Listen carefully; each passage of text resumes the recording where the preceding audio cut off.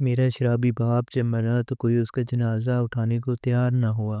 میں باپ کے جنازے پر بیٹھی روتے ہوئے دعا کرنے لگی کہ اچانک گھر کے باہر شور مچا۔ بہت سارے لوگ ابا کا جنازہ اٹھانے آئے تھے، پر سب کے چہرے ڈھکے ہوئے تھے۔ جب وہ ابا کو قبرستان لے گئے تو میں اب بھی چھپ کر پیچھے گئی تاکہ دیکھ سکوں وہ کون ہے۔ جب اچانک ایک کے چہرے سے کپڑا ہٹا تو میں پتھر کی ہو گئی۔ اگلے ہی لمحے روتے ہوئے سجدے میں گر پڑی، کیونکہ اتنا بڑا معجزہ۔ شہر میں سے رونے کی آوازیں آ رہی تھی جو دل دہلا دینے والی تھی، مگر افسوس اس روز کسی کا دل نہ دہلا اور نہ ہی دل پگھلا۔ میرے باپ کی میت گھر کے صحن میں پڑی تھی اور سب کونوں خدروں میں گھسے خسر پھسر کر رہے تھے۔ جنازے کے پاس رونے والی عورت میری دادی تھی۔ انسان جتنی بھی غلطیاں اور گناہ کر لے، بس ایک ماں ہی تو ہوتی ہے جو اس سے نفرت نہیں کرتی، اس کے درد پر دکھی ہوتی ہے۔ میرے ابا کے کیس میں بھی یہی معاملہ تھا۔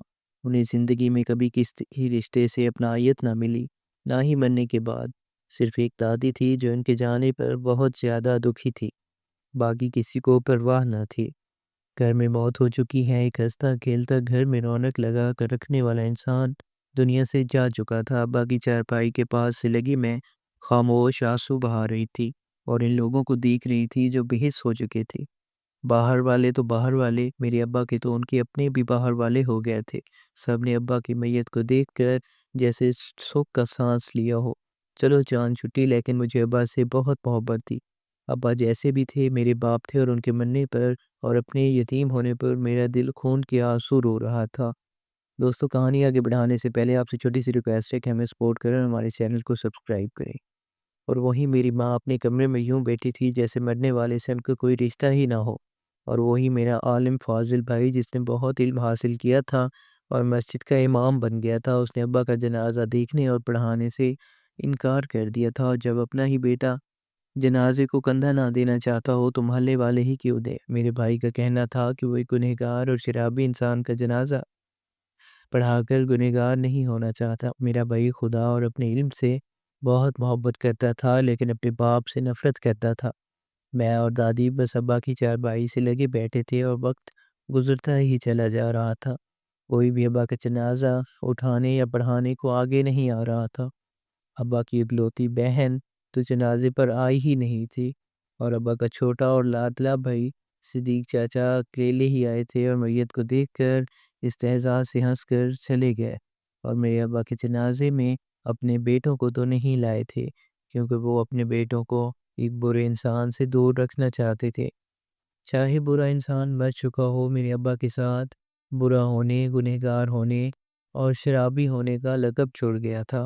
میں کبھی نہیں جان سکی، شاید ابا جانتے ہوں کہ کب، کیسے اور کیوں وہ اس دلدل میں پھنستے گئے جس سے لوگ سخت نفرت کرتے ہیں۔ میری پہلی یاد میں ابا معصوم سی شکل بنائے گھر کے دروازے پر مسکین کی طرح بیٹھے ہوئے ملتے تھے۔ ہوش سنبھالنے کے بعد شاید پہلی بار میں نے ابا کو دیکھا تھا، یا میری یادداشت شروع ہوئی تھی جب میں نے ابا کو دیکھا تھا۔ وہ بہت دنوں سے گھر نہیں آئے تھے اور آس پڑوس سے اڑتی اڑتی خبریں مل گئی تھیں کہ فلاں جگہ شراب پیتے ہوئے، فلاں جگہ بھنگ پیتے ہوئے، یا فلاں جگہ دکان سے سگریٹ چراتے ہوئے پائے گئے ہیں۔ ان کی یہ حرکتیں شاید معمول کا حصہ تھیں اور گھر کا اتنا ضروری حصہ نہیں رہے تھے کہ ان کو ڈھونڈا جاتا یا ان کی فکر کی جاتی۔ وہ کئی دنوں تک گھر میں نہیں آتے تھے، اور جب کوئی ان کی خبر دیتا تو اماں ایک کان سے سن کر دوسرے کان سے نکال دیتی تھی۔ دادی بیچاری معذوری کے باعث مستحکم نہ ہونے کی وجہ سے اولاد میں بیٹھی تھی، کبھی ہمارے گھر ہوتی تو کبھی صدیق چاچا کے گھر۔ اور جب میں سمجھدار ہو گئی تو جانا کہ دادی کا 2 وقت کا کھانا اور سکون دونوں گھروں پر بوجھ تھا۔ 15 دن وہ بوجھ صدیق چاچا اٹھاتے اور 15 دن ہم دادی کو اپنے گھر میں رکھتے تھے۔ دادی کا اپنا وجود مٹتا چلا جا رہا تھا۔ وہ کیسے میری اماں کے سامنے اپنے لاڈلے بیٹے کی حمایت کرتی، ورنہ اماں سے بعید نہ تھی کہ وہ دادی کو بھی پکڑ کر گھر سے نکال دیتی۔ اماں کے اندر سے وقت کے ساتھ ساتھ جیسے انسانیت اور محبت بالکل ختم ہوتی جا رہی تھی۔ ابا کئی دنوں کے بعد گھر لوٹے تو اماں نے دروازہ کھولتے ہی ان کی درگت بنا دی تھی۔ پوری گلی میں دوڑا دوڑا کر انہوں نے ابا کو ڈنڈوں سے مارا تھا، اور سارا محلہ تماشا دیکھتے لوگ کہہ کے لگا کر ہنستے تھے۔ اماں نے ابا کو خوب بے عزت کرنے کے بعد بھی گھر میں گھسنے کی اجازت نہ دی تھی۔ اور ابا اتنی مار اور بے عزتی کھا کر معصوم شکل بنائے دروازے سے لگ کر یوں بیٹھ گئے جیسے کوئی بیکاری ہو۔ اماں نے دروازہ کھولنے سے سختی سے منع کر دیا تھا اور دادی ان کی سختی سے ڈر ہی جاتی تھی۔ ابا پر مجھے اس دن بہت ہی ترس آیا جب ہر آدھے گھنٹے بعد وہ دروازہ بجا کر امی سے بس اتنا ہی کہتے تھے کہ پیٹ میں چوہے دوڑ رہے ہیں، کھانا دے دو، اور اماں انہیں سوکھی روٹی تک دینے کو تیار نہ تھی۔ اماں اپنی حلال کی محنت کی کمائی والا بھی مجھے شرابی باپ کو دینے کو تیار نہ تھی۔ ابا دروازہ بجا بجا کر تھک چکے تو نا امید ہو کر چلے گئے، اور ان کے جانے کے بعد میں نے دیکھا کہ امی نے باقی بچا ہوا کچن کا سالن اور روٹیاں اپنے پڑوس میں رہنے والے 2 گھروں کو بھجوا دیا، اور ان دونوں گھروں کے مکین اچھا کمانے اور اچھا کھانے والے تھے۔ یہ اماں بھی جانتی تھی کہ وہ لوگ اماں کے کھانوں کو چھوئیں گے بھی نہیں، لیکن اماں نے پھر بھی بھیجا تاکہ خود سے امیر لوگوں کی گڈ بکس میں آ سکیں۔ اماں ہمیشہ سے لوگوں کی گڈ بکس میں رہنا چاہتی تھی، کبھی خدا کی گڈ بکس میں آنے کی خواہش ہی نہیں تھی۔ رات میرے ابا جانے بھوک سے پیٹ پکڑ کر کہاں سوئے تھے، لیکن میری اماں کا دیا ہوا سالن ہڈی سمیت صبح محلے کے کتوں کے آگے پڑا ہوا تھا، اور وہ روٹیاں کچرا اٹھانے والوں کی ریڑھی پر تھی۔ میرے ابا بھوکے رہے لیکن محلے کے کتوں کو کھانا مل گیا تھا۔ اماں کو اپنے کیے پر کبھی بھی پچھتاوا نہیں ہوا تھا، اور شاید وہ اپنی جگہ ٹھیک ہی تھی۔ جب شوہر کے ہوتے ہوئے بھی بیوی کو اگلے ہی گھر اور بچے پالنے پڑے تو وہ کٹھور ہو ہی جاتی ہے، اور میری اماں کے پاس تو 2 نوکریاں کر کے جوتیاں گھسا کر اپنے پالنے کے علاوہ کوئی آپشن ہی نہ تھا، کیونکہ جوانی میں بے لگام محبت کے ہاتھوں وہ مجبور ہو کر میرے ابا کے ساتھ اپنے گھر سے بھاگ کر اپنے پیچھے کے سارے دروازے اور واپسی کے سارے راستے بند کر کے آئی تھی۔ میرے ابا دادا دادی کی بڑی اولاد تھے، سو ان کے نخرے جب تک دادا زندہ رہے اٹھاتے رہے، جس کا اثر ابا پر بہت گہرا ہوا تھا۔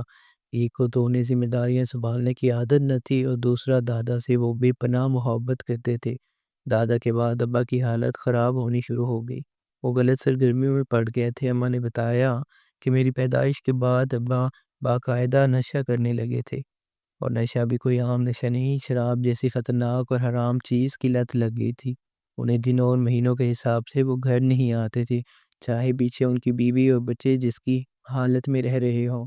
ہاں، لیکن ابا جب بھی گھر آتے تو میرے لیے جانے کہاں سے گڑیا لایا کرتے تھے، اور بھائی کے لیے کھلونا گاڑی، جس سے پہلے پہل تو بھائی لے کر بہت خوش ہوا کرتے تھے، لیکن جیسے جیسے وقت گزرا اور وہ بڑے ہونے لگے تو اپنے دل میں ابا کے لیے بکس پال لیا تھا۔ اماں کو شوق تھا کہ بھائی دینی علم حاصل کریں تاکہ گھر میں جو گناہ اور نحوست کی فضا ابا نے بنا رکھی ہے اس کا کفارہ ہو سکے۔ اماں کی خواہش پر بھائی نے صرف مدرسے جانا شروع نہیں کیا، بلکہ اماں کی دیکھا دیکھی وہ ابا سے بدتمیزی اور پھر نفرت بھی کرنے لگا تھا۔ وہ حافظ قرآن تھا، 5 وقت کی نماز باقاعدگی سے پڑھتا تھا۔ وہ کیسے ایک شرابی اور جوئے باز کو اپنے گھر میں دن دناتا اور برداشت کر پاتا۔ گھر میں ہم 4 لوگ تھے جو 2 طبقوں میں بٹے ہوئے تھے، اماں اور بھائی جو بہت پرہیزگار اور عبادت گزار تھے اور ابا سے نفرت کرتے تھے، اور 2 ہم دادی اور میں عبادت گزار بھی تھے اور پرہیزگار بھی، لیکن ابا سے نفرت نہیں کرتے تھے۔ ابا جیسے بھی تھے، مجھے ابا سے کبھی نفرت نہیں ہوتی۔ کبھی کبھی تو وہ مجھے بڑے ہی عالی ظرف انسان لگتے تھے۔ جب دنوں کے بعد گھر واپس آتے تو جیب میں چھپا کر میرے لیے کچھ نہ کچھ کھانے کو لاتے، کیونکہ اماں ان کی لائی ہوئی چیز کھانے نہ دیتی تھی اور کہتی تھی کہ انسان لے کر کھلائے گا۔ ابا مہینے کے خرچے کے پیسے دینے کی کوشش کرتے تو اماں کانوں کو ہاتھ لگا کر کہتی، میں تو کبھی نہ لوں، یہ حرام کی کمائی جانے کہاں سے ڈاکہ ڈال کر لائے ہوگے۔ میں اپنے بچوں کو کبھی ایک شرابی کے خرچے پر نہ پالوں گی، اور خیر سے میرا بیٹا عالم بن رہا ہے، ان کے اندر حرام کا ذرا بھی لقمہ چلا جائے گا تو میری محنت اور اس کی ریاضت بیکار جائے گی۔ تو تم ہی سمجھا لو، اپنے پیسے اپنے بچے میں خود سنبھال سکتی ہوں۔ واقعی کسی کو نہیں پتا تھا کہ ابا کیا کام کرتے تھے اور کہاں سے پیسے لے کر آتے تھے، کیونکہ کبھی ان کے پاس بہت سے پیسے ہوتے اور کبھی کھانے کو بھی کچھ نہ ہوتا۔ کوئی بھی ابا کے کاموں کے بارے میں نہیں جانتا تھا، مگر سب یہی قیاس کرتے تھے کہ ابا ضرور لوگوں کو دھوکے سے لوٹتے ہوں گے۔ یہاں تک بات ٹھیک ہو سکتی تھی اگر اماں ٹھیک لہجے میں کرتی، مگر اماں کے لہجے میں ایک تکبر تھا، غرور تھا اپنے پڑھے لکھے ہونے کا، اپنے پرہیزگار ہونے کا، اور غرور کسی بھی چیز کا ہو سر جھکا کر ہی چھوڑتا ہے۔ اماں پڑھی لکھی عورت تھیں، کالج میں پڑھاتی تھی، ٹیوشن اکیڈمی چلاتی تھی اور لوگوں کو رحم و انسانیت کا درس دیتی تھی، لیکن میں نے کبھی ان کو رحم کرتے نہیں دیکھا تھا، خاص کر ابا پر تو بالکل بھی نہیں۔ مجھے ابا کے لیے بہت برا لگتا تھا، مگر وہ بھی سائے انسان تھے۔ وہ جب صحن کی کیاریوں سے گلاب کا پھول توڑ کر اماں کی طرف بڑھاتے تو وہ اتنی بے دردی سے پھول مسل کر ان کے منہ پر پھینک دیتی کہ میرا کلیجہ حلق کو آتا۔ میں کبھی فیصلہ ہی نہ کر پائی کہ اماں اچھی بیوی نہیں ہیں یا ابا اچھے شوہر نہیں ہیں۔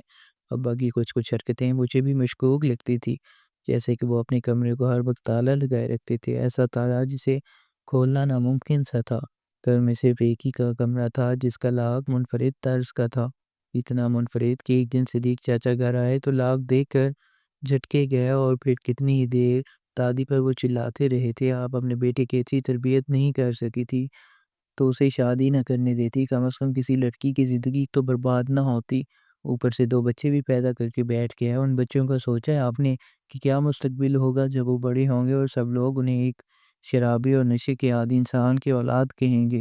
بلکہ اس نے مزید کیا کہا جرم کر رکھے ہیں اور کیا کیا کر رہا ہے، اس کا بھی آپ کو پتہ نہیں ہوگا۔ اس نے جو لاک اپنے کمرے کو لگا کر رکھا ہے، بہت مشکل سے ویسا لاک ملتا ہے، اور جتنی رقم کا وہ لاک ہے آپ سوچ بھی نہیں سکتی کہاں سے لاتا ہوگا وہ اتنے پیسے۔ اچھے کام میں تو کبھی اتنے پیسے نہیں ملتے جتنے اس کے پاس پائے جاتے ہیں۔ نظر رکھیں اس پر، ورنہ وہ اس گھر کو اپنے کارناموں کا اڈا بنا دے گا۔ صدیق چاچا کے ابا کے لیے خیالات ویسے ہی اچھے نہ تھے، اور اب تو نئے لاک کو دیکھ کر مزید بھڑک اٹھے تھے۔ صرف بھڑکنے پر اتفاق نہیں کیا تھا، بلکہ باقاعدہ ابا کے کمرے کا لاک توڑنے کی کوشش بھی کی تھی۔ اب وہ ٹوٹنے والا لاک ہی نہ تھا۔ چاچا تھک کر چلے گیا، اور وہی چاچا جو ابا کے پیسوں کو حرام کا اور ان کی حرکات کو مشکوک کہہ کر ان سے نفرت جتا کر گئے تھے، دادی پر بھی چلائے تھے۔ ایک دن انہوں نے گلی میں ابا کے ساتھ دیکھا تو چچک کر سیڑھیوں پر ہی کھڑی ہو گئی اور سننے لگی کہ چاچا ابا کو کیا کہہ رہے ہیں، اور مجھے تب پتہ چلا کہ چاچا ابا سے پیسے مانگ رہے تھے۔ وہ ہر مہینے ہی رو دھو کر ابا سے ایک بڑی رقم بٹور لیتے تھے، اور دنیا کو دکھانے کے لیے ابا کے پیسوں کو یوں حرام کا کہتے تھے جیسے خود کبھی حرام نہ کھایا ہو۔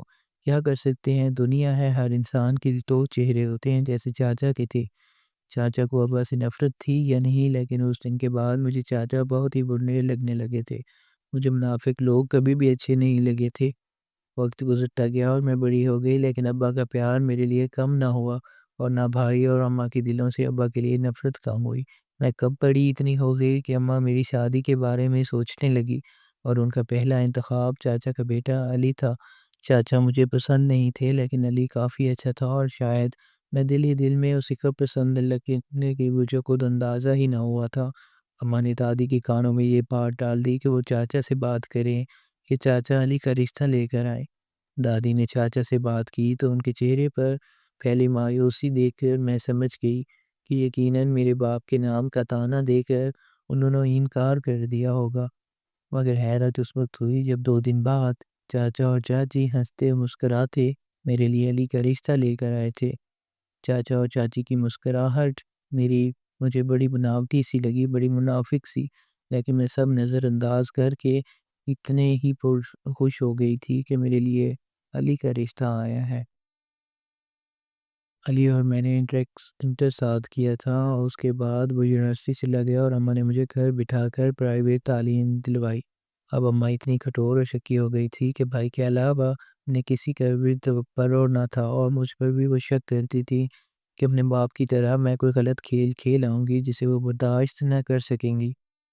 اسی لیے مجھے یونیورسٹی میں پڑھنے نہ دیا۔ ابا نے مجھے خاموش ہو جانے کا کہا اور میرے لیے کتابیں لے کر آئے کہ گھر سے ہی تیاری کرو۔ میرے ساتھ پھوپھی کی بیٹی سبلی یونیورسٹی جاتی تھی، اور سنا تھا کہ علی کے ساتھ ہی پڑھتی ہے، اور جب میرا اور علی کا رشتہ طے ہوا تو اس نے فون کر کے مجھ سے بہت بڑا جھگڑا کیا تھا۔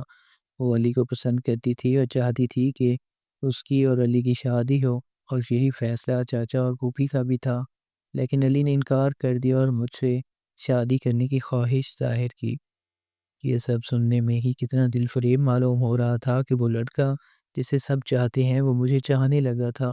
میں ان دنوں ہواؤں میں اڑتی تھی اور علی کے خواب دیکھا کرتی تھی۔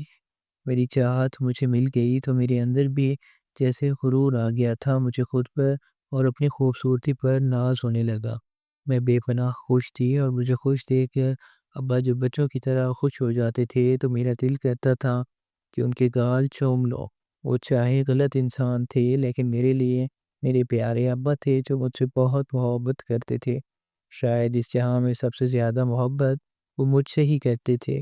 ابا کے کمرے میں کسی کو جانے کی اجازت نہ تھی، لیکن میں ابا کے ساتھ گھنٹوں باتیں کرتی۔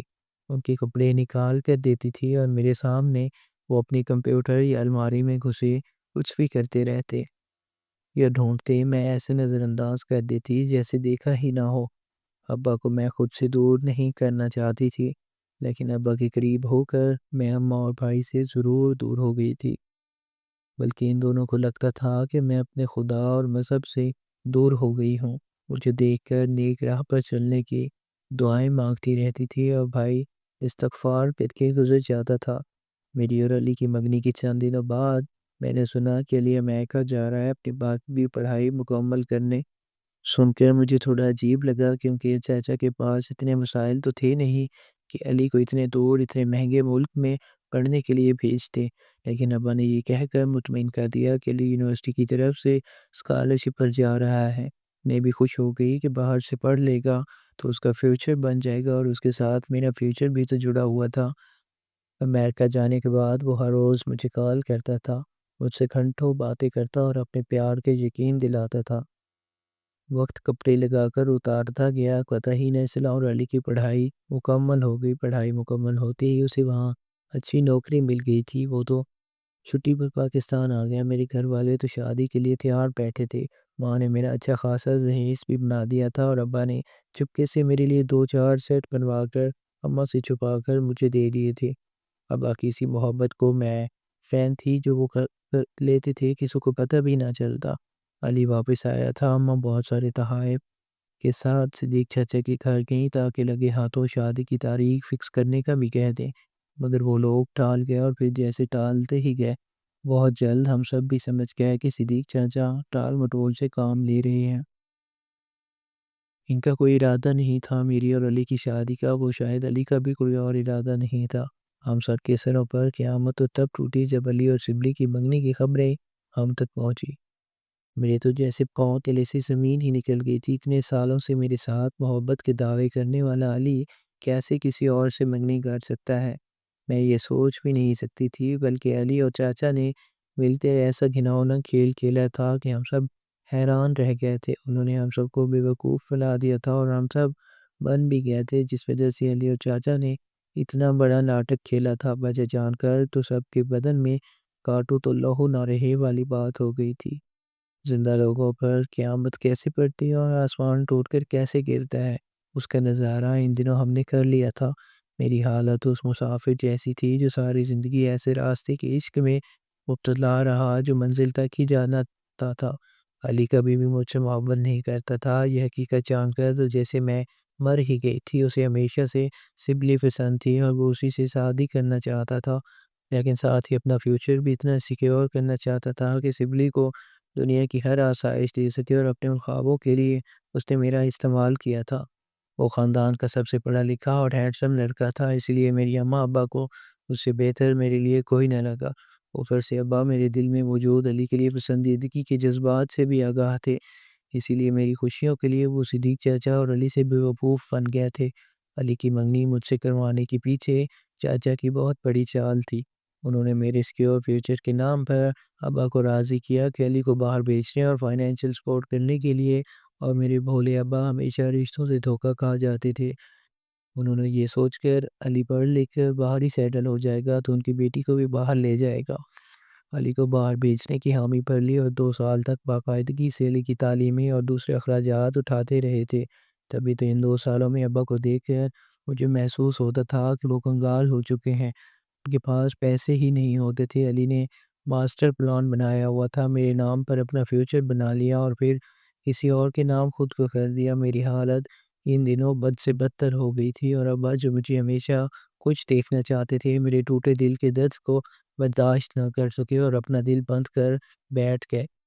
میرے پیارے ابا کو لگتا تھا کہ ان کی وجہ سے میرے ساتھ یہ زیادتی ہوئی ہے، کیونکہ چاچا نے انکار کرتے ہوئے صاف کہا تھا کہ وہ ایک شرابی کی بیٹی کو کبھی بھی اپنے گھر کا ماحول خراب کرنے کے لیے بیاہ کر نہیں لے جا سکتے۔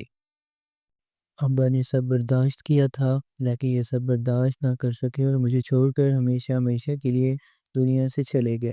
ابا کا جانا تھا کہ مجھے لگا میرا دل بند ہو جائے گا، مگر نہیں ہوا تھا۔ مجھے اب بھی اور بھی جینا تھا، اور جانے کون کون سے دکھ جھیل کر جینا تھا۔ علی کے دھوکے سے جو ضرب دل پر لگی تھی، اس سے کہیں زیادہ تکلیف مجھے تب ہوئی تھی جب بھائی نے ابا کا جنازہ پڑھانے سے اور ابا نے دیکھنے سے انکار کر دیا تھا کہ یا وہ لوگ اس قدر کٹھور ہو چکے تھے کہ ایک مرے ہوئے انسان سے بھی نفرت کر رہے تھے۔ کیا پتھر کوئی کیسے ہو سکتا ہے؟ جیسے وہ دونوں تھے، وہ صرف وہ دونوں نہیں بلکہ سبھی کٹھور اور بے حس ہو چکے تھے۔ محلے سے کوئی ایک شخص بھی ابا کے جنازے پر نہیں آیا تھا۔ دن سے رات اور رات سے صبح ہو گئی، لیکن نہ کوئی ابا کے جنازہ پڑھانے کو تیار تھا اور نہ ہی ابا کے جنازے کو کندھا دینے کو۔ میں نے زخمی دل کے ساتھ ایک ایک شخص کے گھر کا دروازہ بجایا تھا اور منت کی تھی سب سے کہ خدا را میرے ابا کو سکون سے مرنے تو دو، انہیں دفن تو کرو، لیکن کوئی بھی راضی نہ ہوا تھا۔ سب سن کر کانوں کو ہاتھ لگا رہے تھے کہ توبہ توبہ، کیسا گنہگار انسان ہے۔ اس کا سگا بیٹا معلم ہو کر اس کے جنازہ پڑھانے کو تیار نہیں تو کوئی اور یہ کیوں کرے؟ کیوں اپنے کندھوں پر ایک شرابی اور برے انسان کا جنازہ اٹھائے؟ جب کوئی بھی تیار نہ ہوا اور بھائی نے بھی انکار کر دیا تو میرے پاس ایک ہی شخص بچا تھا جس کو جا کر میں کہہ سکتی کہ میرے ابا کا جنازہ پڑھا لو، اور وہ تھے میرے استاد جن سے میں نے دینی تعلیم حاصل کی تھی، اور وہ دوسرے محلے میں رہتے تھے اور بہت ہی نیک اور پرہیزگار آدمی مشہور تھے، لیکن لوگ ان کے پاس منتیں مناظریں لے کر جاتے تھے اور وہ شہر کے بڑے بڑے مدرسوں اور اسلامی ٹی وی چینلز پر خطاب کرتے تھے۔ مجھے ان سے بہت امیدیں تھیں اور وہ امید لے کر ہی میں دوپہر کو ان کے در پر گئی تھی۔ جب میں ابا کا جنازہ پڑھے ایک پورا اور ایک آدھا دن گزر چکا تھا۔ اماں اور بھائی کو دیکھ کر ایسا لگ رہا تھا جیسے ابا سوئے پڑے ہیں اور گھر میں کوئی فوتگی نہیں ہوئی۔ میرے ابا جیسا برا آدمی سب کہتے تھے کہ کوئی نہیں تھا محلے میں، لیکن میں کہتی ہوں کہ میرے ابا جیسا بدقسمت بھی کوئی نہیں ہوتا، نہ محلے میں اور نہ ہی اس دنیا میں۔ میں اپنے استاد کے پاس گئی اور روتے ہوئے جب ساری بات ان کی گوش گزار کی تو ان کے ابرو تن گئے اور وہ بولے تو میرے جسم سے جان ہی نکل گئی تھی۔ میں تمہاری کوئی مدد نہیں کر سکوں گا، نہایت افسوس سے بس یہی کہوں گا کہ تمہارے باپ کا جنازہ نہیں پڑھا سکتا۔ جس کمینے کا وہ انسان تھا، اس کو نہ جنازہ پڑھنا میسر ہوگا اور نہ دو گز زمین، یہی اس کے گناہوں کی سزا ہے۔ انسان ہوتا کون ہے؟ کسی دوسرے انسان کی سزا اور جزا کا فیصلہ کرنے والا، اور وہ بھی اس علم کے دب پر جو رب نے دی۔ تو ساتھ ہی تنبیہ بھی کی تھی کہ میرے بندے غرور مت کرو، لیکن یہاں جو جتنا نمازی اور پرہیزگار بنا اتنا ہی مغرور اور دوسروں کو گنہگار سمجھنے والا بن گیا۔ صرف حقوق اللہ پورے کرنے کے لیے انسان کوئی زمین پر نہیں اتارا تھا رب نے، ورنہ تو فرشتے تھے نہ عبادت کے لیے۔ اس نے سلوک اور حقوق العباد بھی کسی شے کا نام ہے، لیکن یہ اپنے علم کو اپنا غرور بنانے والے کہاں سمجھیں گے؟ جس استاد کی ساری زندگی میں نے مداح سرائی کی تھی، ان کی عزت کرتی آئی تھی، وہ میری نظروں سے ایسے گرے کہ ان جیسا گھٹیا انسان مجھے کوئی دوسرا نہ لگا۔ میں نے اپنی آنسو صاف کر لی اور فیصلہ کیا کہ میں خود اپنے باپ کو قبرستان تک لے کر جاؤں گی اور خود ان کو دفن کروں گی۔ مجھے کسی کی ضرورت نہ تھی اور نہ نام نہاد نیک لوگوں کی تو بالکل بھی نہ تھی۔ میرا بھائی جس نے ساری عمر دین کی تعلیم حاصل کی تھی مگر یہ نہیں سیکھ سکا کہ ہمارا دین عمل اور محبت کا مذہب ہے، کہ کسی سے نفرت کرنا اور اپنے باپ سے نفرت کرنا تو کبھی بھی نہیں سکھاتا، بلکہ اسلام تو کہتا ہے ماں باپ کی بات پر اف تک نہ کرو جب تک کہ تمہارا ایمان ضائع ہونے کا خطرہ نہ ہو۔ اور بھائی کو تو ابا نے کچھ نہیں کہا تھا، الٹا ہمیشہ بھائی ابا سے بدتمیزی کرتا تھا۔ ان کے جنازے کا حقیقت جان کر اس نے تو اپنی توقیر بڑھانی چاہی تھی کہ دیکھو لوگوں میں رب کا کتنا نیک بندہ ہوں کہ ایک شرابی کے جنازہ نہیں پڑھایا، وہ شرابی جو اللہ کا نافرمان تھا۔ اور میری ماں انہیں دیکھ کر مجھے شک گزرتا تھا کہ کیسے انہیں ابا سے محبت ہو گئی تھی۔ انہیں ابا سے محبت نہ تھی، اگر محبت ہوتی تو کبھی نہ کبھی نظر آتی۔ ابا کی زندگی میں نہ صحیح ان کے مرنے پر تو ضرور نظر آتی، لیکن اماں ایک بے حس و خودغرض عورت تھی جنہیں لگتا تھا کہ وہ ایمان کے اعلیٰ درجے پر فائز ہیں اور میرے ابا جیسے انسان کی ان کی ریاضت اور ایمان تباہ کر دے گا۔ پیچھے بچے تھے چاچا جو ساری زندگی ابا کو دونوں ہاتھوں سے لوٹ کر کھاتے رہے۔ ان کے جنازے پر ہنس کر گئے کہ حرام کھانے والے ایسے ہی لاوارث مرتے ہیں۔ میں ان سے پوچھنا چاہتی تھی کہ اگر میرا باپ حرام کماتا تو ان کی حرام کی کمائی کو آپ اپنا حق سمجھ کر کیوں لیتے تھے، اور کیوں اس حرام کی کمائی پر اپنے بیٹے کا مستقبل بنایا؟ ایک پھوپھی تھی جن سے ابا کو اپنی زندگی میں بہت محبت نہیں تھی، وہ بہانے بہانے سے کچھ نہ کچھ پھوپھی کے گھر پہنچا دیا کرتے تھے۔ لیکن پھوپھی نے ان کے جنازے میں شرکت کرنے سے یہ کہہ کر انکار کر دیا کہ خدا کے نافرمان اور شراب جیسی حرام چیز پینے والے انسان کے جنازے میں جا کر وہ اپنا ایمان نہیں خراب کرنا چاہتی تھی۔ سب کے پاس ایمان تھا اور وہ بھی اتنا کچا کہ میرے ابا کے پاس ہونے سے ٹوٹ سکتا تھا۔ افسوس تھا مجھے لوگوں کی سوچ پر جو ساری زندگی دونوں ہاتھوں سے میرے ابا کو لوٹ کر بھی انہیں دھتکارتے رہے اور ان کی میت کو بھی دھتکار دیا۔ دادی کے آنسو بھی رو رو کر سوکھ گئے تھے اور وہ اب چپ چاپ بیٹھے ابا کو دیکھتی جا رہی تھی یا اندازہ لگا رہی تھی کہ ان کا یہ بیٹا کتنا بدقسمت ہے۔ میں نے دادی کو اپنے استاد کے الفاظ منوان بتا دیے اور کہا میں خود میت کو قبرستان لے جا رہی ہوں۔ میں وضو کر کے اپنے کمرے سے نکلی ہی تھی کہ میں نے وہ منظر دیکھا کہ میری آنکھیں کھل گئی اور حیرت سے میں سن کھڑی رہی۔ میں جو اتنے وضو کرتے ہوئے رب سے رو رو کر دعا کر رہی تھی کہ کوئی معجزہ ہو جائے تو واقعی میری دعا شاید قبول کر لی گئی تھی۔ باہر ایک شور سا اٹھا اور پھر بہت سارے لوگ گھر میں داخل ہوئے۔ شام کا وقت تھا مگر جیسے گھر روشن ہو گیا تھا، ہر طرف سے روشنی پھوٹنے لگی تھی۔ بھائی اور اماں بھی یہ سب دیکھتے باہر نظر نکلے، بلکہ سارا محلہ یہ منظر دیکھنے کے لیے گھر سے نکل آیا تھا کہ اتنی نورانی روشنی کہاں سے آ رہی ہے۔ بہت سارے لوگ ہمارے گھر میں داخل ہوئے، سب کے چہروں پر نقاب تھا اور آنکھیں جھکی ہوئی تھی۔ سب نیکوکار پرہیزگار لوگ کھڑے تماشا دیکھتے رہے۔ وہ سب لوگ جنہوں نے ابا کے جنازے میں شرکت سے منع کر کے سمجھ لیا تھا کہ وہ دفن نہیں ہوں گے، وہ اب دیکھ رہے تھے کہ اتنے لوگ ابا کا جنازہ اٹھانے آئے تھے کہ قیمتی مشکل ہو رہی تھی۔ میں نے مسکراتے ہوئے آسمان کی طرف دیکھا اور اپنے الفاظ واپس لیے۔ میرے ابا بدقسمت نہیں تھے، میرے ابا بدقسمت ہو ہی نہیں سکتے تھے، اور یہ جس کا جنازہ اتنی شان سے ایسے لوگ اٹھانے آئے جن کے وجود سے نور پھوٹ رہا ہو، وہ انسان بدقسمت کیسے ہو سکتا ہے؟ سب کے منہ کھلے کے کھلے رہیں گے۔ وہ لوگ ابا کا جنازہ اٹھائے اللہ اکبر کی صدا کے ساتھ گھر سے نکل چکے تھے۔ یوں لگ رہا تھا کہ وہ لوگ ہزاروں کی تعداد میں، اور ان کے آنسو آنے سے جو خوشبو سارے گھر میں پھیل گئی تھی وہ اتنی منفرد تھی کہ ہم سب سکتے سے کھڑے تھے۔ اللہ کے نام کا ورد جاری تھا اور اتنی میٹھی آوازیں تھی کہ سارا محلہ جیسے معطر ہو گیا تھا۔ مجھے تجسس تھا کہ وہ لوگ کون ہیں اور کیسے کیوں میرے ابا کے جنازے پر پہنچ گئے۔ کیا وہ خدا کی بھیجی ہوئی مدد ہے یا معجزہ؟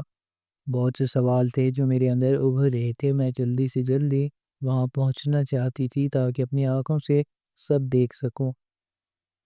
تھوڑی دیر میں قبرستان پہنچ گئی تھی اور قبرستان پہنچ کر میں حیران رہ گئی کیونکہ پورا قبرستان اسی خوشبو سے معطر تھا جو ہمارے گھر میں بھی رہ گئی تھی۔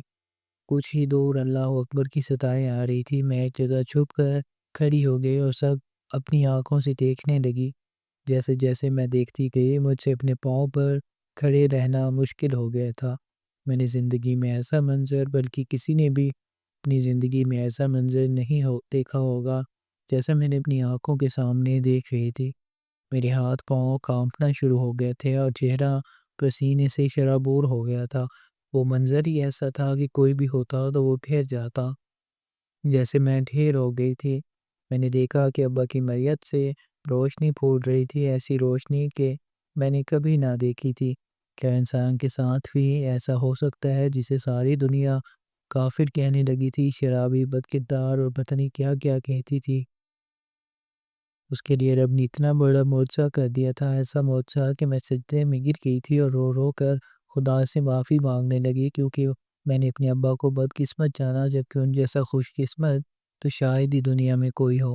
وہ لوگ جو ابا کا جنازہ لے کر آئے تھے وہ انسان نہیں، نور تھے، اور نور خدا اپنے پسندیدہ بندوں کی میتوں پر ہی اتارتا ہے۔ جب ان کے چہرے سے نقاب ہٹا تو میں نے دیکھا وہاں کوئی ہونٹ، کوئی ناک، کوئی گال، بلکہ کوئی چہرہ نہیں تھا۔ وہاں تو صرف نور تھا، ایسا نور کہ آنکھیں چندھیا گئی تھی میری اس نور سے، اور مجھے لگا کہ میں اب کبھی کچھ اور نہیں دیکھ سکوں گی۔ وہ منظر ہی ایسا تھا جسے اندھا کر دینے والا تھا۔ میں اپنے حواس قائم کیسے رکھ پاتی؟ یہ سب دیکھ کر دھیرے دھیرے میری آنکھیں بند ہوتی گئی، میری آنکھوں کے سامنے اندھیرا چھا گیا تھا۔ مجھے لگا کہ میں اندھی ہو چکی ہوں، جب ایک جھٹکے سے میری آنکھ کھلی اور میں چیخ کر اٹھ بیٹھی۔ میں نے دیکھا میں نے اپنے کمرے میں تھی اور دادی میرے سرہانے بیٹھی کچھ پڑھ پڑھ کر پھونک رہی تھی۔ میں دادی کو یوں دیکھنے لگی جیسے پہلی بار دیکھ رہی ہوں، اور پھر مجھے وہ سارا منظر یاد آیا تو پھر سے پسینے آنے لگے تھے۔ میں نے دادی سے پوچھا کہ میں کمرے تک کیسے پہنچی، تو دادی نے بتایا کہ جب میں بہت دیر تک واپس نہ آئی تو انہوں نے بھائی کو میرے پیچھے قبرستان بھیجا، جہاں میں اسے بے ہوشی کی حالت میں ملی تو وہ اٹھا کر مجھے گھر لے آیا۔ سب کو لگ رہا تھا کہ مجھے ابا کے جانے کا صدمہ ہے، لیکن مجھے ابا کے جانے پر اب کوئی دکھ نہ تھا اور نہ صدمہ تھا، کیونکہ ابا کے لیے یہ دنیا صحیح نہ تھی۔ وہ جہاں ابا چلے گئے تھے بس وہی جہاں ان کے لیے تھا، اور وہ وہاں سکون پانے والے تھے۔ میری حالت تھوڑی سنبھلی تو میں نے ابا کا کمرہ چھاننے کا سوچا۔ میں جاننا چاہتی تھی کہ ابا کے پاس ایسا کیا تھا کہ خدا کی ان پر اتنی مہربانی تھی۔ ابا کے برے کام تو سب جانتے تھے، میں ابا کے وہ اچھے کام جاننا چاہتی تھی جو انہیں اتنا مقبول کر گئے تھے کہ ان کا جنازہ پڑھانے خود نور زمین پر اترا تھا۔ ابا کے کمرے کی چابی میرے پاس تھی۔ ابا، میرے پیارے ابا، صرف مجھ پر اعتماد کرتے تھے۔ اپنے کمرے کی چابی مجھے دے رکھی تھی کیونکہ انہیں یقین تھا کہ ان کی غیر موجودگی میں کبھی بھی ان کے کمرے میں نہیں جاؤں گی، اور کبھی جاتی بھی نہ تھی۔ اب بھی نہ جاتی ہے کہ یہ واقعہ نہ ہوا ہوتا، لیکن اب میرا تجسس مجھے جانے پر مجبور کر رہا تھا۔ میں انتظار کرنے لگی کہ کب گھر سے لوگوں کا رش تھمے اور میں ابا کے کمرے میں جا سکوں۔ وہ لوگ جو ابا کے جنازے میں شریک نہیں ہوئے تھے، لیکن جنازے کے وقت کے ماحول کو دیکھ کر معترض چلے آ رہے تھے۔ کسی کو یقین ہی نہیں آ رہا تھا کہ ایسا کیسے ہو سکتا ہے کہ ایسا شخص جسے ساری دنیا گنہگار سمجھتی ہے اور مانتی ہے، اس کے جنازے میں ایسا نور، ایسی برکت۔ اور مجھے 2000 واٹ کا جھٹکا تو تب لگا جب میں نے اماں کو سنا وہ کچھ کہہ رہی تھی۔ اس پر میرا دل چاہا کہ ان سے سوال کروں، جس شخص کو آپ کبھی اپنا نہ سمجھا، اب اس کے متعلق جھوٹ کیوں پھیلا رہی ہیں؟ لیکن وہ میں نہ تھی جو ماں سے بدتمیزی کر دے۔ یہ کام تو میرے امام مصب بھائی کا تھا، ابا سے بدتمیزی کرنا اور دادی کو سختی سے ڈانٹنا۔ وہاں آنے جانے والے کو بس ایک ہی بات کہہ رہی تھی، وہ تو آپ لوگوں نے سنا ہی ہوگا، اگر آپ کی اولاد حافظ قرآن ہو، سینے میں اسلامی تعلیم ہو، تو اتنی مرتی ہوئی نیکیاں باپ کو جنت میں لے جاتی ہیں، اور اولاد یہ سب میرے بیٹے کا کمال ہے کہ اس کی وجہ سے اس کے گنہگار باپ کو خدا نے کتنی عزت سے دفنا دیا، اتنا نور بھر دیا ان کے جنازے پر۔ خدا سب کو میرے بیٹے جیسی اولاد دے۔ ہمارے سارا ثواب بھائی کے کھاتے میں ڈال دیا تھا، اور اگر اتنا ہی اچھا ہوتا تو اپنے باپ کی زندگی میں ان سے عزت لیتا اور مرنے پلنے کا اندھا دیتا، مگر وہ تو اتنا مغرور تھا کہ جنازہ نہیں پڑھایا۔ یہ اپنی وجہ سے جنت میں خاک جاتے دیتا۔ میں بس اماں کی یہ باتیں سن کر ہی رہ گئی تھی۔ واقعی میری ماں بہت خودغرض تھی۔ میں نے یہ بھی مان لیا تھا کہ جوانی میں جو پہلی کشش کو محبت کہہ لیتے ہیں، بکواس کہتے ہیں۔ وہ محبت کبھی نہیں ہوتی، صرف وقت کا جذبہ ہوتا ہے جو ختم ہو جاتا ہے۔ مثال میری ماں کے سامنے تھی، اور میں نے یہ بھی مان لیا تھا کہ ہر کام میں خدا کی مصلحت ہوتی ہے۔ خدا کا شکر تھا کہ میری علی سے شادی نہیں ہوئی تھی، وہ بھی تو جوانی کی پہلی کشش تھی جسے میں محبت سمجھ کر بیٹھی تھی، مگر خدا کا شکر جس نے مجھے بڑی بے وقوفی سے بچا لیا تھا۔ جب لوگوں کا رش تھما تو میں رات کو چپکے سے ابا کے کمرے میں چلی آئی تھی۔ ابا کے کمرے میں داخل ہو کر مجھے یوں لگا جیسے ابا سامنے ہی ہو، لیکن یہ خیال آیا کہ اب میں ابا کو کبھی نہیں دیکھ سکتی۔ میری آنکھوں سے آنسو نکل آئے تھے۔ ابا کی تصویر پکڑے میں کتنی ہی دیر تک بیٹھی روتی رہی اور ابا کو یاد کرتی رہی۔ جانے کتنا وقت ابا کی تصویر سے باتیں کرتے گزرا، جب مجھے خیال آیا یہاں میں کسی اور کام سے آئی تھی۔ میں اٹھ کر ابا کے الماری کی طرف پڑھی تھی کہ میرا پاؤں پھسل گیا، اور میں گرتے گرتے بچی تھی دیوار کا سہارا لے کر۔ جیسے ہی میں نے خود کو گرنے سے بچایا، ایک آواز کمرے میں گونجی اور میرا دل سینے سے نکل کر حلق میں آ گیا۔ میری ٹانگیں کانپنے لگی کیونکہ کمرے میں تو کوئی تھا نہیں۔ تو پھر یہ آواز، ہاں وہ آواز ابا کی تھی۔ کیا مجھے پیچھے مڑ کے دیکھنا چاہیے؟ کیا مجھے پلٹ کر پتھر کی ہو جانا چاہیے یا پھر نظر انداز کر دینا چاہیے؟ لیکن نظر انداز کرنا بھی تو ممکن نہ تھا، بالکل بھی ممکن نہ تھا۔ وہ میرے ابا کی آواز تھی۔ تو یہ خوش فہمی مجھے ہوئی کہ کیا میرے ابا زندہ ہیں؟ میرا جسم پسینے سے شرابور ہو گیا تھا جب ایک بار پھر ابا نے میرا نام پکارا، اور میرے جسم میں لہو جم سا گیا۔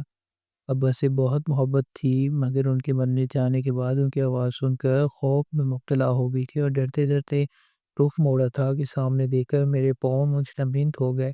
وہ ابا نہیں تھے بلکہ ابا کا کمپیوٹر تھا جو چل رہا تھا، اور اس میں ابا کی آواز آ رہی تھی۔ میں نے ہمت کر کے کمپیوٹر کے پاس جا کر دیکھا تو وہاں ایک آڈیو فائل چل رہی تھی جس میں ابا نے میرے لیے ایک ریکارڈنگ چھوڑی تھی۔ میں نے ہینڈ فری اٹھائی اور اسے کان سے لگا لیا۔ ابا کی آواز میری کانوں میں گونجنے لگی۔ انہوں نے کہا، میری پیاری بیٹی، اگر تو یہ سن رہی ہے تو سمجھ لینا کہ میں اس دنیا میں نہیں رہا۔ میں نے یہ ریکارڈنگ تیرے لیے چھوڑی ہے تاکہ تو سچ جان سکے۔ میرے بستر کے نیچے ایک ڈائری ہے، اسے نکال کر پڑھ لینا، اس میں سب کچھ لکھا ہے۔ میں نے فائل بند کی اور جلدی سے بستر کے نیچے ہاتھ ڈالا، وہاں واقعی ایک ڈائری تھی۔ ڈائری کا ایک خط میرے نام تھا۔ میرے ہاتھ کب بھی کانپ رہے تھے۔ میں نے خط کھولا اور جیسے تیسے پڑھتی گئی۔ میرے پاؤں تلے سے زمین نکلتی گئی۔ جیسے ہی خط ختم ہوا تو میرے قدموں تلے سے جان نکل گئی۔ میں دھڑام سے فرش پر بیٹھی چلی گئی تھی اور اپنا چہرہ ہاتھوں میں چھپا لیا تھا۔ میں کبھی سوچ بھی نہیں سکتی تھی کہ حقیقت ہماری نظروں سے اتنی اوجھل بھی ہو سکتی ہے۔ جو ہم سوچتے ہیں، دیکھتے ہیں، وہ جھوٹ بھی ہو سکتا ہے۔ میرے ابا کو سب کیا سمجھتے تھے اور میرے ابا کیا نکلے۔ میں سسکیاں بھر بھر کے رو دی تھی اور ابا کو یاد کرتی رہی کہ انہوں نے اپنی ساری زندگی کتنی عاجزی میں گزاری تھی۔ ابا نے وہ خط میرے لیے ہی چھوڑا تھا۔ خط میں انہوں نے لکھا تھا، میں چاہتا ہوں میرے جانے کے بعد تجھے یہ خط ملے۔ زندگی کا کچھ بھروسہ نہیں کب ختم ہو جائے، اسی لیے لکھ رہا ہوں اور جانتا ہوں تو اس خط کو ڈھونڈ دے گی میرے بعد۔ تو مجھے یاد کرتی میرے کمرے میں ضرور آؤں گی اور تب تو جان جائے گی کہ تیرا باپ ساری زندگی کیا کرتا رہا۔ میں اپنی حقیقت صرف تجھے بتانا چاہتا ہوں کیونکہ میں اچھی طرح سے جانتا ہوں کہ تو بالکل میرے جیسی ہے۔ میرے کام کو تو ہی آگے لے کر جائے گی۔ میرے باپ یعنی تیرے دادا نے اپنی زندگی میں ہی اپنی جائیداد کا بٹوارا کر دیا اور ہم تینوں بہن بھائیوں میں برابر بانٹ دی۔ تیری پھوپھی نے اپنے حصے کے پیسے اپنے شوہر کو دے دیے اور تیرے چاچا نے اس زمین پر بڑا سا گھر بنا لیا اور میں نے زمین بیچ دی۔ زمین بیچنے کی دیر تھی، سب کے رویے بدلنے لگے۔ ان میں سب سے پہلے تیری ماں تھی، جس کی محبت شادی کے 3 روز بعد ہی ختم ہو گئی، لیکن میں آج بھی ان سے پہلے دن کی طرح ہی محبت کرتا ہوں۔ پھر کچھ عرصے بعد تیرے دادا کا انتقال ہو گیا اور میرے سر پر قیامت آ پڑی تھی۔ میں ان کی موت کو نہیں بھول پا رہا تھا اور غم پر غم، یہ کہ میرا غم غلط کرنے والا بھی کوئی نہ تھا۔ تیری ماں کے پاس میرے لیے ایک سیکنڈ بھی نہ بچا تھا اور تب ہی میں غلط صحبت میں پڑ گیا۔ اپنا غم بھلانے کے لیے میں نشہ کرنے لگ گیا اور 1-2 بار میں نے محلے کی دکان سے سگریٹ بھی چرا لیے تو میں اس چور اور شرابی مشہور ہو گیا۔ میرا وہ وقت پھر کوئی نہ بھولا تھا اور میں خود کو لوگوں کی نظروں میں اچھا برا بنانے کا شوق بھی نہیں رکھتا تھا۔ میرے پاس صرف وہی رقم تھی جو زمین بیچ کر مجھے ملی تھی اور میری دوست ایک دن مجھے کوٹھے پر لے گیا تاکہ میں سکون پا سکوں، لیکن میرا دل اس سب کے لیے نہیں مان رہا تھا۔ کوٹھے پر جس لڑکی کو میرے حوالے کیا گیا اسے دیکھ کر میرے رونگٹے کھڑے ہو گئے، کیونکہ اس کی شکل پر اللہ والوں جیسا نور تھا۔ میں اسے ہاتھ تک نہ لگا پایا تھا اور وہ میرے قدموں میں گر گئی۔ کوٹھے پر لانے کے بعد اس کا پہلا گاہک تھا اور میرا دل بھر آیا تھا۔ وہ کوٹھے پر رہنے والی لڑکی نہیں تھی، وہ بہت پاکیزہ لڑکی تھی جسے اس کا سوتیلا ماموں اس کے باپ کی دشمنی میں دھوکے سے بیچ گیا تھا۔ میں نے اپنے سارے پیسے دے کر اسے خرید لیا تھا اور اس کے باپ کے حوالے کر دیا تھا۔ وہ اپنے باپ کی اکلوتی بیٹی تھی، اس کا باپ بہت امیر تھا۔ اس نے اپنی بیٹی کی شادی کر دی اور دوسرے ملک چلی گئی، لیکن اس شخص نے مجھے اپنا بیٹا بنا لیا۔ وہ بہت اللہ والا انسان تھا، لوگوں کی مدد کرنے والا، کئی بیواؤں کے گھر ہر مہینے راشن جاتا تھا اور کئی یتیم بچوں کی وہ شادیاں کرواتا تھا، کئی یتیم خانوں کو وہ مالی سپورٹ کرتا تھا۔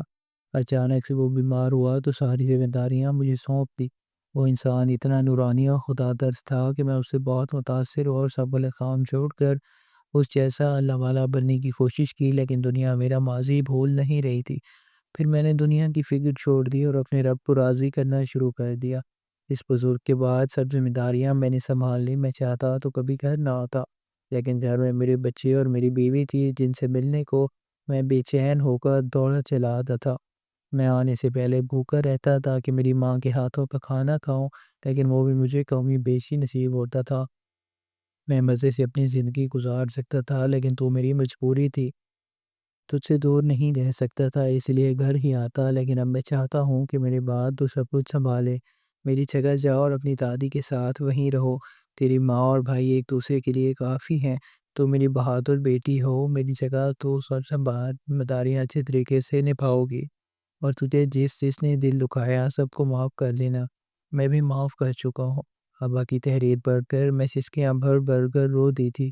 ابا، میرے پیارے ابا خدا کے بندوں کے لیے آسائشیں لانے والے انسان تھے، تو انہیں کیسے خدا بغیر جنازے کے دفن ہو جانے دیتا؟ کیسے ابا کی میت کو لاوارث کر دیتا؟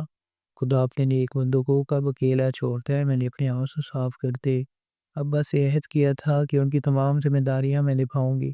اگلے دن میں نے اپنا اور دادی کا سامان باندھ لیا تھا اور ماں سے ہاتھ جوڑ کر بس اتنا ہی کہا تھا کہ بہت نیک لوگوں میں ایک گنہگار کی بیٹی اور ماں کا دم گھٹ رہا ہے۔ ہم جانا چاہتے ہیں اور اپنی جنت خود کمانا چاہتے ہیں۔ کسی حافظ قرآن کے سہارے جنت میں جانے کی آس لے کر نہیں بیٹھ سکتے۔ میری ماں بات کو اس کتنا سمجھی نہیں معلوم، لیکن مجھے جانے سے نہ روکیں۔ اب دادی کے ساتھ اس گھر میں آ گئی جہاں میرے ابا اور ان کے وہ محسن بزرگ رہا کرتے تھے۔ میں نے وہ سب کام سنبھال لیے جو میرے ابا کے ذمہ تھے، زمینوں اور فیکٹریوں کے حساب کتاب سے لے کر مستحق لوگوں تک، بغیر کسی غرض اور لالچ کے ہر چیز پہچاننا میں سیکھ لیا تھا اور ان کا چرچا نہیں کیا تھا، کیونکہ مجھے نام اور مقام خدا سے چاہیے تھا۔ اس لیے اس جہاں میں، اس دنیا میں لوگوں کی نظروں میں سرخرو ہو کر کرنا بھی کیا تھا۔ میں نے کہا میرا رب راضی تو سب راضی۔ دوستو، اگر آپ کو ہماری آج کی کہانی اچھی لگی تو ویڈیو کو لائک اور چینل کو سبسکرائب بھی لازمی کریں۔ اللہ حافظ۔